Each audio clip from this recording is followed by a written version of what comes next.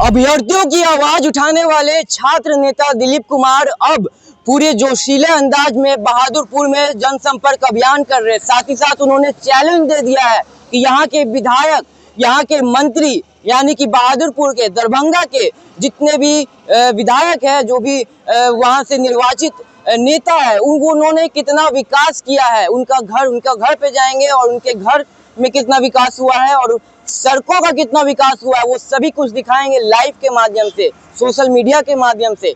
आपको जानकारी दे दें कि बहादुरपुर में सबसे ज्यादा 17 उम्मीदवार मैदान में है, 7 निर्दलीय प्रत्याशी भी मैदान में है, जिनमें से एक दिलीप कुमार है। तो ऐसे में छात्र नेता ने कहीं ना कहीं बिगुल बजा दिया है, शंखनाद कर दिया है कि सदन तक जाएंगे। छात्रों के मुद्दे को सड़क से उठाने वाले अब सदन में उनकी आवाज बन के उठेंगे। क्या कुछ कह रहे हैं दिलीप कुमार, आपको छोड़े जा रहे हैं पूरे बयान के साथ। नमस्कार दोस्तों, अभी हम मौजूद हैं बाजितपुर पंचायत के असगांव गांव में, यानी बहादुरपुर प्रखंड और बहादुरपुर विधानसभा क्षेत्र में हैं। और आप सभी को पता है कि बहादुरपुर विधानसभा से हम यानी छात्र नेता दिलीप कुमार निर्दलीय प्रत्याशी के रूप में चुनाव लड़ रहे हैं। और आज गैस सिलेंडर चुनाव चिन्ह हमें मिला है। और अभी रात्रि के करीब कितना बज रहा है? 9:30 बज रहा है। अभी रात्रि के 9:30 बज रहा है और अभी हम ये असगांव गांव में हैं। और यहाँ पे युवा काफ़ी संख्या में मौजूद है और युवाओं का जोश और जुनून पूरा एकदम चरम पर है। और ये ऐसा लग रहा है जैसे मैंने पहले भी कहा, फिर कहा, ये चुनाव दिलीप कुमार अकेला नहीं लड़ रहा है। ये बहादुरपुर से जो निर्दलीय प्रत्याशी के रूप में दिलीप कुमार चुनाव लड़ रहा है, ये सिर्फ दिलीप कुमार नहीं लड़ रहा है, बल्कि बिहार के युवा चुनाव लड़ रहे हैं। और आप देखिए, जहां भी हम जा रहे हैं, बिहार के युवा आगे आकर हमारा उत्साह बढ़ा रहे हैं और हमारे प्रचार में शामिल हो रहे हैं। और अभी रात्रि के 9:30 बज रहे हैं और अभी ये युवा हमारे लिए यहाँ पे खड़े थे असगांव गाँव में।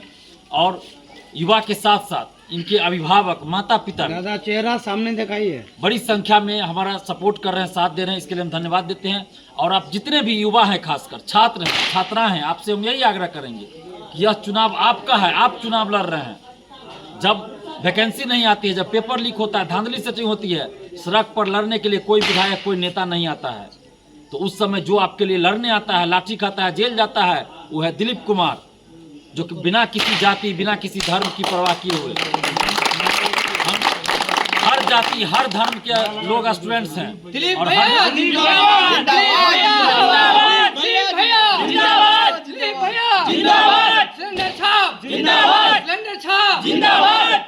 और हर जाति धर्म के लोग परीक्षा देते हैं, यानी कि स्टूडेंट्स में हर जाति धर्म के युवा शामिल है। और हम उसकी लड़ाई लड़ रहे हैं, यानी हर जाति धर्म के लोगों के लिए हम लड़ रहे हैं।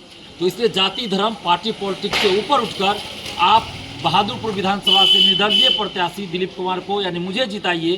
जब सड़क पे बिना किसी पावर के हम इतना आंदोलन करके सरकार से इतना बात मनवा लेते हैं, और जब आप हमें जिताइएगा, पावर दीजिएगा, विधायक बनाइएगा, तो सदन में जो लड़ाई सड़क पे लड़ रहे हैं, वो सड़क के साथ साथ सदन में भी लड़ाई लड़ी जाएगी।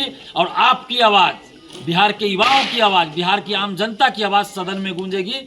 आज ये असगांव गांव में आप देख लीजिए, मुझे नहीं लगता, आप ही लोग बताइएगा, जो भी विधायक हैं, मंत्री बन चुके हैं या पूर्व विधायक, कभी गांव में घूम कर आए भी हैं? बताइए आप लोग।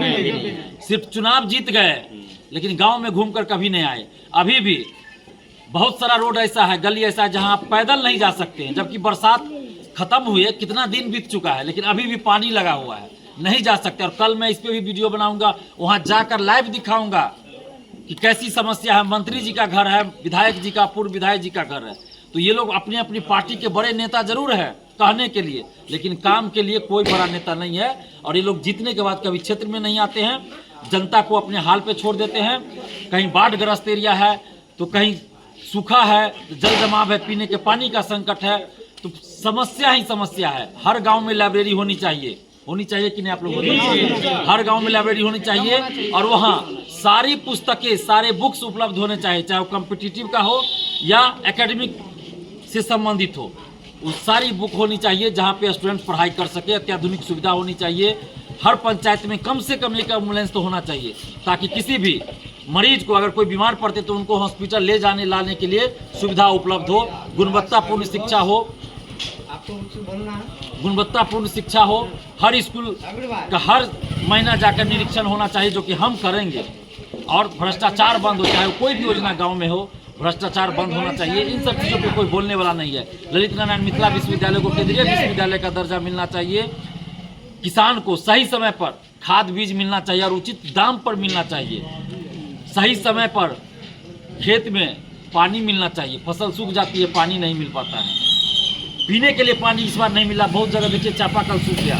लेकिन इन सब चीज़ पे बोलने वाला कोई नहीं है। कोई विधायक दोबारा गांव में घूमकर कोई नेता नहीं आते हैं।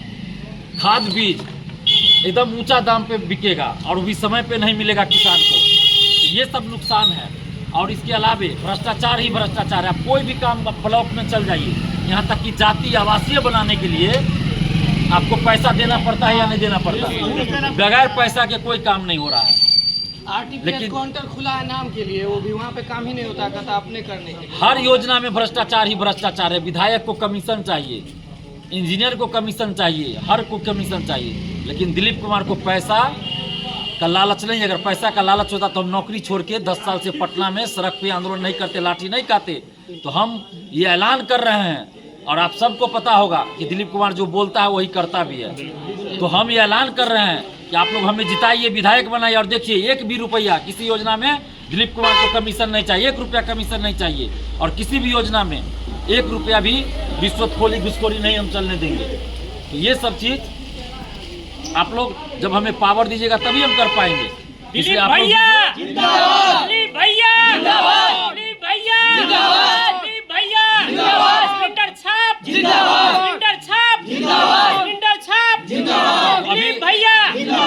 अभी सिलेंडर छाप को आप लोग प्रचारित कीजिए। आप लोग की जिम्मेवारी भी है, कर्तव्य भी है कि गांव-गांव महिला, पुरुष, वृद्ध सभी को बताइए कि दिलीप कुमार ने क्या किया है और आगे हम क्या करने वाले हैं। और सिलेंडर छाप 12 नंबर क्रम पर सिलेंडर छाप है।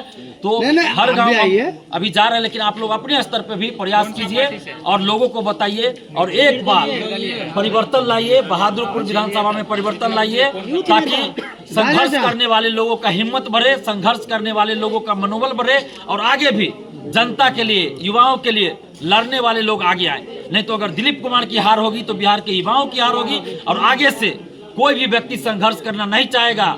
इसी तरह नेता का बेटा बेटी पैराशूट से आएंगे, हेलीकॉप्टर से आएंगे, नेता बन जाएंगे, विधायक बन जाएंगे, मंत्री बन जाएंगे, लेकिन कोई संघर्ष नहीं करना चाहेगा। लेकिन अगर दिलीप कुमार को आप जिताते हैं बहादुरपुर विधानसभा से, तो पूरे बिहार क्या पूरे भारत में संदेश जाएगा कि नहीं, संघर्ष करने वाले को जनता जिताती है, संघर्ष करने वाले को युवा जिताते हैं। और हर कोई उसके बाद संघर्ष करना चाहेगा, जनता के लिए काम करने के लिए मजबूर हो जाएगा। और जो काम मंत्री विधायक नहीं कर पाए, वो काम दिलीप कुमार बिना किसी पद पे रहते हुए करके दिखाया। डोमिसाइल लागू करवाया, महिला आरक्षण का लाभ सिर्फ बिहार की बेटियों को दिलवाया, 100 रुपया फीस कॉम्पिटिटिव एग्जाम के लिए फॉर्म भरने के लिए करवाया, हर साल वैकेंसी। ये सब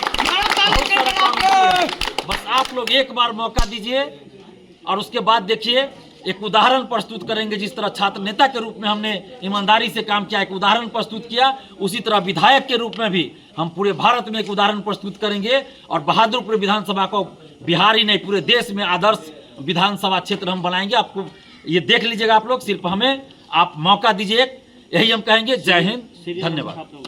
जय हिंद, जय भारत बोलिए। 12 नंबर क्रम पर गैस सिलेंडर छाप।